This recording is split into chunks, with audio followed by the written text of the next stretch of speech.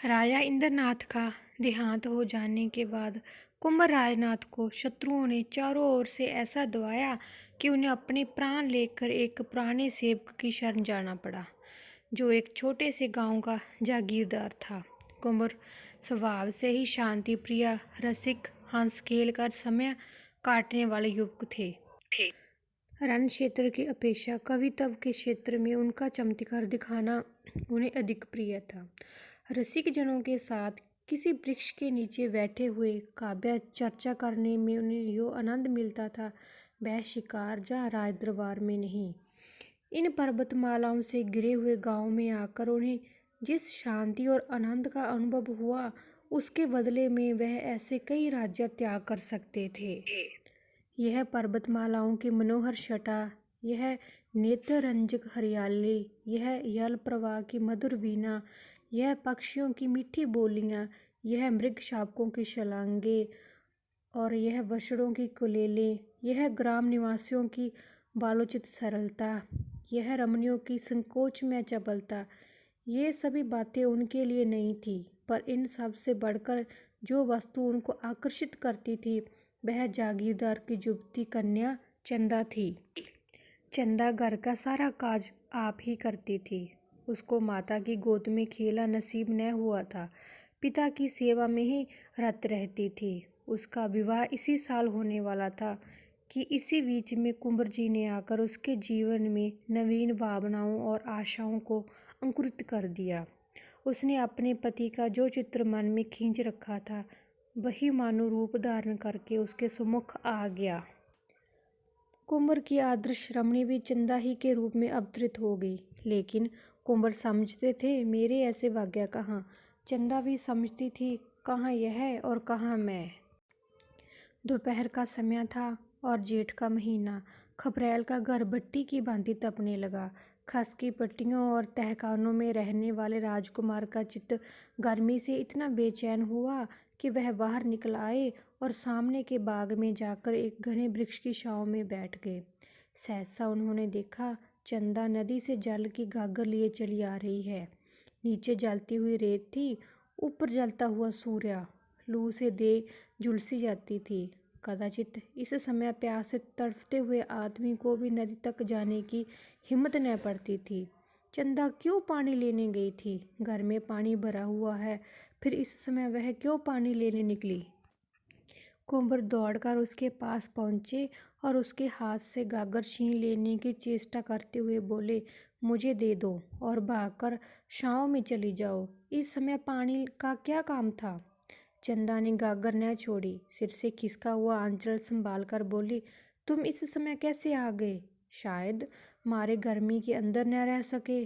कुंवर, मुझे दे दो, नहीं तो मैं छीन लूँगा। चंदा ने मुस्कुराकर कहा, राजकुमारों को गागर लेकर चलना शोभा नहीं देता। कुंवर ने गागर का मुंह पकड़कर कहा, इस अपराध का बहुत दंड सह चुका हूँ चंदा, अब तो अपने को राजकुमार कहने में भी लज्जा आती है। चंदा, देखो, धूप में खुद हैरान होते हो और मुझे भी हैरान करते हो। गागर छोड़ दो, सच कहती हूँ, पूजा का जल है। कुंवर, क्या मेरे ले जाने से पूजा का जल अपवित्र हो जाएगा? चंदा, अच्छा भाई, नहीं मानते तो तुम ही ले चलो। हाँ, नहीं तो। कुंवर गागर लेकर आगे आगे चले, चंदा पीछे हो ली। बगीचे में पहुंचे तो चंदा एक छोटे से पौधे के पास रुककर बोली, इसी देवता की पूजा करनी है, गागर रख दो। कुंवर ने आश्चर्य से पूछा, यहाँ कौन है चंदा? मुझे तो नहीं नजर आता। चंदा ने पौधे को सींचते हुए कहा, यही तो मेरा देवता है। पानी पीकर पौधे की मुरझाई हुई पत्तियां हरी हो गई, मानो उनकी आंखें खुल गई हो। कुंवर ने पूछा, यह पौधा क्या तुमने लगाया है चंदा? चंदा ने पौधे को एक सीधी लकड़ी से बांधते हुए कहा, हाँ, उसी दिन तो जब तुम यहाँ आए। यहाँ पहले मेरी गुड्डियों का घरौंदा था। मैंने गुड्डियों पर छां करने के लिए अमोला लगा दिया था। फिर मुझे इसकी याद नहीं रही, घर के काम धंधे में भूल गई। जिस दिन तुम यहाँ आए, मुझे न जाने क्यों इस पौधे की याद आ गई। मैंने आकर देखा तो यह सूख गया था। मैंने तुरंत पानी लाकर इसे सींचा तो कुछ कुछ ताज़ा होने लगा। तब से इसे सींचती हूँ। देखा कितना हरा भरा हो गया है। यह कहते कहते उसने सिर उठाकर कुंवर की ओर ताकते हुए कहा, और सब काम भूल जाऊं पर इस पौधे को पानी देना नहीं भूलती। तुम ही इसके प्राणदाता हो, तुम ही ने आकर इसे जिला दिया, नहीं तो बेचारा सूख गया होता। यह तुम्हारे शुभ आगमन का स्मृति चिन्ह है। जरा इसे देखो, मालूम होता है हंस रहा है। मुझे तो ऐसा जान पड़ता है कि यह मुझसे बोलता है। सच कहती हूँ, कभी यह रोता है, कभी हंसता है, कभी रूठता है। आज तुम्हारा लाया हुआ पानी पाकर यह फूला नहीं समाता, एक एक पत्ता तुम्हें धन्यवाद दे रहा है। कुंवर को ऐसा जान पड़ा मानो वह पौधा कोई नन्हा सा क्रीड़ाशील बालक है। जैसे चुंबन से प्रसन्न होकर बालक गोद में चढ़ने के लिए दोनों हाथ फैला देता है, उसी भांति यह पौधा भी हाथ फैलाए जान पड़ा। उसके एक एक अणु में चंदा का प्रेम झलक रहा था। चंदा के घर खेती के सभी औजार थे। कुंवर एक फावड़ा उठा लाए और पौधे का एक थाल बनाकर चारों ओर ऊंची मेड़ उठा दी। फिर खुरपी लेकर अंदर की मिट्टी को गोड़ दिया। पौधा और भी लहला उठा। चंदा बोली, कुछ सुनते हो, क्या कह रहा है? कुंवर ने मुस्कुराकर कहा, हाँ कहता है अम्मा की गोद में बैठूंगा। चंदा, नहीं कह रहा है इतना प्रेम करके भूल न जाना। मगर कुंवर को अभी राजपुत्र होने का दंड भोगना बाकी था। शत्रुओं को ना जाने कैसे उनकी टो मिल गई। इधर तो हितचिंतकों के आग्रह से विवश होकर बूढ़ा कुबेर सिंह चंदा और कुंवर के विवाह की तैयारियां कर रहा था। उधर शत्रुओं का एक दल सिर पर आ पहुंचा। कुंवर ने उस पौधे के आसपास फूल पत्ते लगाकर एक फुलवाड़ी सी बना दी थी। पौधे को सींचना अब उसका काम था। प्रातःकाल वह कंधे पर कांबर रखे नदी से पानी ला रहे थे कि 10-12 आदमियों ने उन्हें रास्ते में घेर लिया। कुबेर सिंह तलवार लेकर दौड़ा, लेकिन शत्रुओं ने उसे मार गिराया। अकेला अस्त्रहीन कुंवर क्या करता? कंधे पर कांवर रखे हुए बोले, अब क्यों मेरे पीछे पड़े हो भाई, मैंने तो सब कुछ छोड़ दिया। सरदार बोला, हमें आपको पकड़ ले जाने का हुक्म है। तुम्हारा स्वामी मुझे इस दशा में भी नहीं देख सकता। खैर, अगर धर्म समझो तो कुबेर सिंह की तलवार मुझे दे दो, अपनी स्वाधीनता के लिए लड़कर प्राण दूं। इसका उत्तर यही मिला कि सिपाहियों ने कुंवर को पकड़कर मुश्कें कस दी और उन्हें एक घोड़े पर बिठाकर घोड़े को भगा दिया। कांबर वहीं पड़ी रह गई। उसी समय चंदा घर से निकली, देखा कांबर पड़ी हुई है और कुंवर को लोग घोड़े पर बिठाए जा रहे हैं। चोट खाए पक्षी की भांति वह कई कदम दौड़ी, फिर गिर पड़ी। उसकी आंखों में अंधेरा छा गया। सहसा उसकी दृष्टि पिता की लाश पर पड़ी। वह घबराकर उठी और लाश के पास जा पहुंची। कुबेर अभी मरा न था, प्राण आंखों में अटके हुए थे। चंदा को देखते ही क्षीण स्वर में बोला, बेटी। कुंवर इसके आगे वह कुछ न कह सका। प्राण निकल गए, पर इस शब्द कुंवर ने उसका आशय प्रकट कर दिया। 20 वर्ष बीत गए, कुंवर कैद से न छूट सके। यह एक पहाड़ी किला था। यहाँ तक निगाह जाती पहाड़ियाँ ही नजर आती। किले में उन्हें कोई कष्ट न था। नौकर चाकर, भोजन, वस्त्र, सैर, शिकार, किसी बात की कमी न थी। पर उस वियोग अग्नि को कौन शांत करता जो नित्य कुंवर के हृदय में जला करती थी। जीवन में अब उनके लिए कोई आशा न थी, कोई प्रकाश न था। अगर कोई इच्छा थी तो यही कि एक बार उस प्रेम तीर्थ की यात्रा कर ले जहाँ उन्हें वह सब कुछ मिला जो मनुष्य को मिल सकता है। हाँ, उसके मन में एकमात्र यही अभिलाषा थी कि उस पवित्र स्मृतियों से रंजित भूमि के दर्शन करके जीवन का उसी नदी के तट पर अंत कर दे। वही नदी का किनारा, वही वृक्षों का कुंज, वही चंदा का छोटा सा सुंदर घर उसकी आंखों में फिरा करता। और वह पौधा जिसे उन दोनों ने मिलकर सिंचा था, उसमें तो मानो उनके प्राण ही बसते थे। क्या वह दिन भी आएगा, वह उस पौधे को हरी हरी पत्तियों से लदा हुआ देखेगा? कौन जाने वह अब है भी या सूख गया। कौन अब उसको सींचता होगा। चंदा इतने दिनों अविवाहित थोड़े ही बैठी होगी। ऐसा संभव भी तो नहीं, उसे अब मेरी सुध भी न होगी। हाँ, शायद कभी अपने घर की याद खींच लाती हो तो पौधे को देखकर उसे मेरी याद आ जाती हो। मुझ जैसे अभागे के लिए इससे अधिक वह और क्या कर सकती है। उस भूमि को एक बार देखने के लिए वह अपना जीवन दे सकता था, पर यह अभिलाषा न पूरी होती थी। एक युग बीत गया। शोक और निराशा ने उठती जवानी को कुचल दिया। न आंखों में ज्योति रही, न पैरों में शक्ति। जीवन क्या था? एक दुखदायी स्वप्न था। उस सघन अंधकार में उसे कुछ न सूझता था। बस जीवन का आधार एक अभिलाषा थी, एक सुखद स्वप्न जो जीवन में न जाने कब उसने देखा था। एक बार फिर वही स्वप्न देखना चाहता था। फिर उसके अभिलाषाओं का अंत हो जाएगा। उसे कोई इच्छा न रहेगी। सारा अनंत भविष्य, सारी अनंत चिंताएं इसी एक स्वप्न में लीन हो जाती थी। उसके रखवालों को अब उसकी ओर से कोई शंका न थी। उन्हें उस पर दया आती थी। रात को पहरे पर केवल कोई एक आदमी रह जाता था और लोग मीठी नींद सोते थे। कुंवर भाग सकता था, इसकी कोई संभावना, कोई शंका न थी। यहाँ तक कि एक दिन यह सिपाही भी निशंक होकर बंदूक लिए लेट रहा है।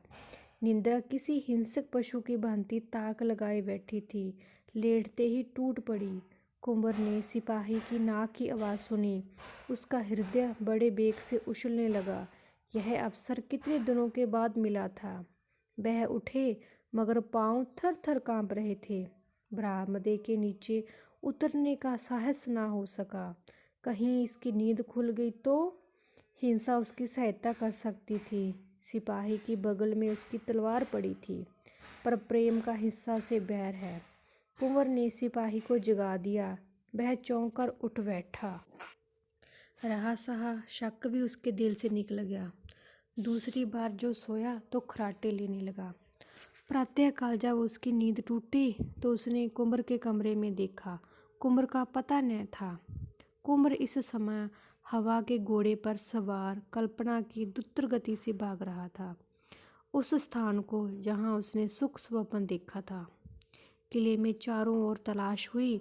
नायक ने सवार दौड़ाए, पर कहीं पता न चला। पहाड़ी रास्तों का काटना कठिन, उस पर अज्ञातवास की कैद, मृत्यु के दूत पीछे लगे हुए जिनसे बचना मुश्किल। कुंवर को कामना तीर्थ में महीनों लग गए। जब यात्रा पूरी हुई तो कुंवर में एक कामना के सिवा और कुछ शेष न था। दिन भर की कठिन यात्रा के बाद जब वह उस स्थान पर पहुँचे तो संध्या हो गई थी। वहाँ बस्ती का नाम भी न था। 2-4 टूटे फूटे झोंपड़े उस बस्ती के चिन्ह स्वरूप शेष रह गए।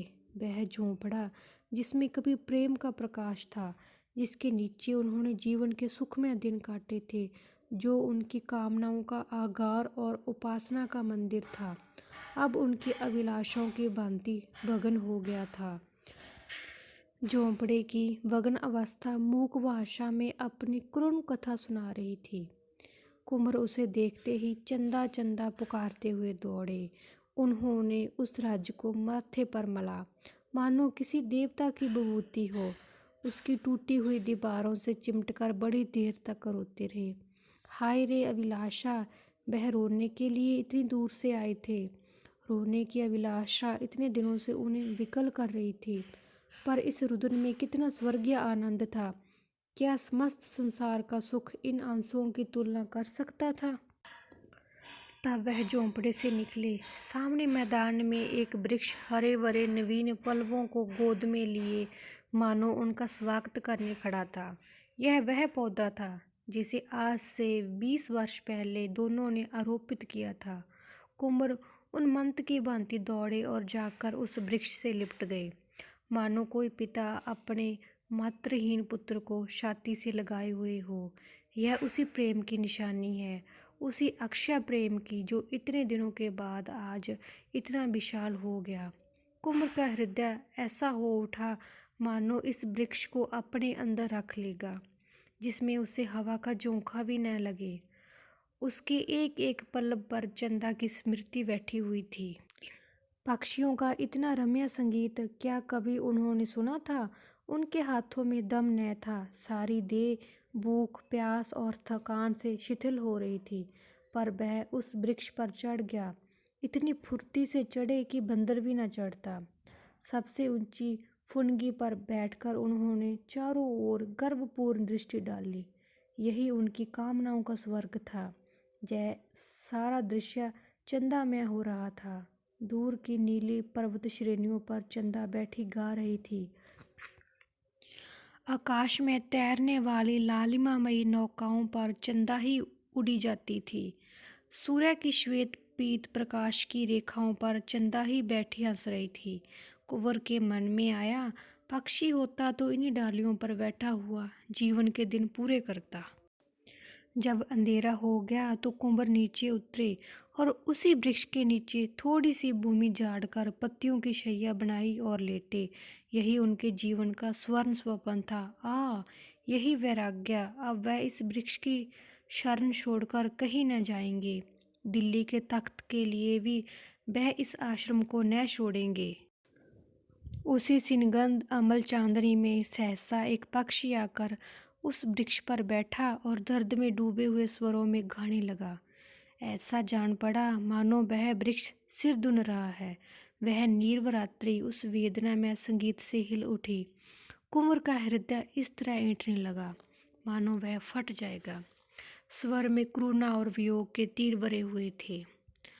पक्षी, तेरा भी जोड़ा अवश्य बिछुड़ गया है, नहीं तो तेरे राग में इतनी व्यथा, इतना विषाद, इतना रुदन कहाँ से आता। कुंवर के हृदय के टुकड़े हुए जाते थे। एक एक स्वर तीर की भांति दिल को छेदे डालता। वह बैठे न रह सके। उठकर आत्म विस्मृति की दशा में दौड़े हुए झोंपड़े में गए। वहां से फिर वृक्ष के नीचे आए। उस पक्षी को कैसे पाएं? कहीं दिखाई नहीं देता। पक्षी का गाना बंद हुआ तो कुंवर को नींद आ गई। उन्हें स्वप्न में ऐसा जान पड़ा कि वही पक्षी उनके समीप आया। कुंवर ने ध्यान से देखा तो वह पक्षी न था, चंदा थी। हाँ, प्रत्यक्ष चंदा थी। कुंवर ने पूछा, चंदा, यह पक्षी यहाँ कहाँ? चंदा ने कहा, मैं ही तो वही पक्षी हूँ। कुंवर, तुम पक्षी हो? क्या तुम ही गा रही थी? चंदा, हाँ प्रियतम, मैं ही गा रही थी। इस तरह रोते रोते एक युग बीत गया। कुंवर, तुम्हारा घोंसला कहाँ है? चंदा, उसी झोंपड़े में जहाँ तुम्हारी खाट थी, उसी खाट के बाण में मैंने अपना घोंसला बनाया है। कुंवर, और तुम्हारा जोड़ा कहाँ है? चंदा, मैं अकेली हूँ। चंदा को अपने प्रियतम के स्मरण करने में, उनके लिए रोने में जो सुख है वह जोड़े में नहीं। मैं इसी तरह अकेली रहूँगी और अकेली मरूँगी। कुंवर, क्या मैं पक्षी नहीं हो सकता? चंदा चली गई। कुंवर की नींद खुल गई। उषा की लालिमा आकाश पर छाई हुई थी। वह चिड़िया कुंवर की शैया के समीप एक डाल पर बैठी चहक रही थी। अब उस संगीत में करुणा न थी, विलाप न था, उसमें आनंद था। यह वियोग का नहीं, मिलन का मधुर संगीत था। कुंवर सोचने लगे, इस स्वप्न का क्या रहस्य है। कुंवर ने शैया से उठते हुए एक झाड़ू बनाई और झोंपड़े को साफ करने लगे। उसके जीते जी इसकी यह बगन दशा नहीं रह सकती। वह इसकी दीवारें उठाएंगे, इस पर छप्पर डालेंगे, इसे लिपेंगे। इसमें उनकी चंदा की स्मृति वास करती है। झोंपड़े के एक कोने में वह कांबर रखी हुई थी, जिस पर पानी लाकर वह वृक्ष को सींचते थे। उन्होंने कांबर उठा ली और पानी लाने चले। 2 दिन से कुछ भोजन न किया था। रात को भूख लगी हुई थी, पर इस समय भोजन की बिल्कुल इच्छा नहीं थी। देह में एक अद्भुत स्फूर्ति का अनुभव होता था। उन्होंने नदी से पानी ला लाकर मिट्टी भिगोना शुरू किया। दौड़े जाते थे और दौड़े आते थे। इतनी शक्ति उनमें कभी न थी। एक ही दिन में इतनी दीवार उठ गई जितनी 4 मजदूर भी न उठा सकते थे। और कितनी सीधी, कितनी चिकनी दीवार थी कि कारीगर भी देखकर लज्जित हो जाता। प्रेम की शक्ति अपार है। संध्या हो गई। चिड़ियों ने बसेरा लिया, वृक्षों ने भी आंखें बंद की, मगर कुंवर को आराम कहाँ। तारों के मलिन प्रकाश में मिट्टी के रद्दे रखे जा रहे थे। हाय रे कामना, क्या तू इस बेचारे के प्राण लेकर ही छोड़ेगी? वृक्ष पर पक्षी का मधुर स्वर सुनाई दिया। कुंवर के हाथ से घड़ा छूट पड़ा। हाथ और पैरों में मिट्टी लपेटकर वह वृक्ष के नीचे जाकर बैठ गए। उस स्वर में कितना लालित्य था, कितना उल्लास, कितनी ज्योति। मानव संगीत उसके सामने बेसुरा आलाप था। उसमें यह जागृति, यह अमृत, यह जीवन कहाँ? संगीत के आनंद में विस्मृति है, पर विस्मृति में कितनी स्मृतियाँ होती है। अतीत को जीवन और प्रकाश से रंजित करके प्रत्यक्ष कर देने की शक्ति संगीत के सिवा और कहाँ है? कुंवर के हृदय नेत्रों के सामने वह दृश्य खड़ा हुआ जब चंदा इसी पौधे को नदी से जल ला ला कर सींचती थी। हाय, क्या वह दिन फिर आ सकते हैं? सहसा एक बटोही आकर खड़ा हो गया और कुंवर को देखकर वह प्रश्न करने लगा, जो साधारणतः दो अपरिचित प्राणियों में हुआ करते हैं। कौन हो? कहाँ से आते हो? कहाँ जाओगे? पहले वह भी इसी गांव में रहता था, पर जब गांव उजड़ गया तो समीप के एक गांव में जा बसा। अब भी उसके खेत यहाँ थे। रात को जंगली पशु से अपने खेतों की रक्षा करने के लिए वह आकर सोता था। कुंवर ने पूछा, तुम्हें मालूम है, इस गांव में एक कुंवर सिंह ठाकुर रहते थे? किसान ने बड़ी उत्सुकता से कहा। हाँ हाँ भाई, जानता क्यों नहीं, बेचारे यहीं तो मारे गए थे। तुमसे भी क्या जान पहचान थी? कुंवर, हाँ, उन दिनों कभी कभी आया करता था। मैं भी राजा की सेवा में नौकर था। उनके घर में और कोई नहीं था। किसान, अरे भाई कुछ न पूछो, बड़ी करुण कथा है। उनकी स्त्री तो पहले ही मर चुकी थी, केवल लड़की बच रही थी। आहा, कैसी सुशीला, कैसी सुगढ़ लड़की थी। उसे देखकर आंखों में ज्योति आ जाती थी, बिल्कुल स्वर्ग की देवी जान पड़ती थी। जब कुबेर सिंह जीता था तभी कुंवर राजनाथ यहाँ भाग कर आए थे और उसके यहाँ रह रहे थे। उस लड़की की कुंवर से कहीं बातचीत होगी। जब कुंवर को शत्रुओं ने पकड़ लिया तो चंदा घर में अकेली रह गई। गांव वालों ने बहुत चाहा कि उसका विवाह हो जाए। उसके लिए वरों का तोड़ा न था। ऐसा कौन था जो उसे पाकर अपने को धन्य न मानता, पर वह किसी से विवाह करने पर राजी न हुई। यह पेड़ जो देख रहे हो तब छोटा सा पौधा था। इसके आसपास फूलों की कई और क्यारियां थी। इन्हीं को गोड़ने सींचने में उसका दिन कटता था। बस यही कहती थी, हमारे कुंवर साहब आते ही होंगे। कुंवर की आंखों से आंसू की वर्षा होने लगी। मुसाफिर ने जरा दम देकर कहा, दिन दिन घुलती जाती थी। तुम्हें विश्वास नहीं आएगा भाई, उसने 10 साल इसी तरह काट दिए। इतनी दुर्बल हो गई थी कि पहचानने न जाती थी, पर अब भी उसे कुंवर साहब के आने की आशा बनी हुई थी। आखिर एक दिन इस वृक्ष के नीचे उसकी लाश मिली। ऐसा प्रेम कौन करेगा भाई? कुंवर न जाने मरे कि जिए, कभी उन्हें इस विरहिणी की याद भी आती है कि नहीं, पर इसने तो प्रेम को ऐसा निभाया जैसा चाहिए। कुंवर को ऐसा जान पड़ा मानो हृदय फटा जा रहा है। वह कलेजा थाम कर बैठ गए। मुसाफिर के हाथ में एक सुगलता हुआ उपला था। उसने चिलम्बरी और 2-4 दम लगाकर बोला। उसके मरने के बाद यह घर गिर गया। गांव पहले ही उजाड़ था, अब तो और भी सुनसान हो गया। 2-4 आदमी जहां आ बैठते थे, अब तो चिड़िया का पूत भी जहां नहीं आता। उसके मरने के कई महीनों के बाद यही चिड़िया इस पेड़ पर बोलती हुई सुनाई दी। तब से बराबर इसे यहाँ बोलते सुनता हूँ। रात को सभी चिड़ियाँ सो जाती है, पर यह रात भर बोलती रहती है। इसका जोड़ा कभी दिखाई नहीं दिया, बस फुटैल है। दिन भर उसी झोपड़ी में पड़ी रहती है, रात को इस पेड़ पर आकर बैठती है। मगर इस समय इसके गाने में कुछ और ही बात है, नहीं तो सुनकर रोना आता है। ऐसा जान पड़ता है मानो कोई कलेजे को महसूस रहा है। मैं तो कभी कभी रो दिया करता हूँ। सब लोग कहते हैं कि यह वही चंदा है, अब भी कुंवर के वियोग में विलाप कर रही है। मुझे भी ऐसा जान पड़ता है। आज न जाने क्यों मगन है। किसान तंबाकू पीकर सो गया। कुंवर कुछ देर तक खोए हुए से खड़े रहे, फिर धीरे से बोले, चंदा, क्या सचमुच तुम ही हो? मेरे पास क्यों नहीं आते? एक क्षण में चिड़िया आकर उसके हाथ पर बैठ गई। चंद्रमा के प्रकाश में कुंवर ने चिड़िया को देखा। ऐसा जान पड़ा मानो उसकी आंखें खुल गई हो, मानो आंखों के सामने से कोई आवरण हट गया हो। पक्षी के रूप में भी चंदा की मुख आकृति अंकित थी। दूसरे दिन किसान सोकर उठा तो कुंवर की लाश पड़ी हुई थी। कुंवर अब नहीं है, किंतु उनके झोंपड़े की दीवारें बन गई है। ऊपर फूस का नया छप्पर पड़ गया है और झोंपड़े की दीवार पर फूलों की कई क्यारियां लगी है। गांव के किसान इससे अधिक और क्या कर सकते थे। उस झोंपड़े में अब पक्षियों के एक जोड़े ने अपना घोंसला बनाया है।